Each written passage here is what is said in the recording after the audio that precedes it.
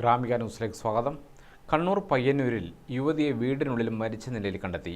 22 kilometre അകലെ മറ്റൊരിടത്ത് യുവതിയെ മരിച്ച നിലയിൽ കണ്ടെത്തിയ വീട് നോക്കാൻ ഏൽപ്പിച്ചിരുന്ന സുദർശൻ പ്രസാദ് എന്ന യുവാവിനെയും തൂങ്ങി മരിച്ച നിലയിൽ കണ്ടെത്തി. മാതമംഗലം കൊയ്പ്ര സ്വദേശി അൻലയെയാണ് അന്നൂർ കൊരവയലിലെ ബെറ്റിയുടെ വീട്ടിൽ മരിച്ച നിലയിൽ കണ്ടെത്തിയത്. ബെറ്റിയും കുടുംബവും ദിവസങ്ങളായി വീട്ടിലുണ്ടായിരുന്നില്ല.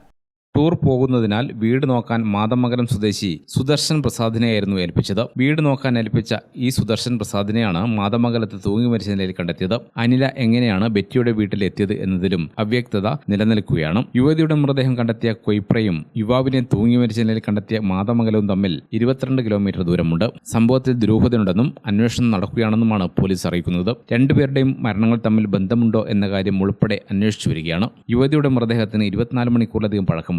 വീട്ടിൽ ഫോറൻസിക് വിദഗ്ധരും പോലീസും എത്തി പരിശോധന നടത്തി. അസ്വാഭാവിക മരണത്തിന് പോലീസ് കേസെടുത്തിട്ടുണ്ട്. News desk Gramika.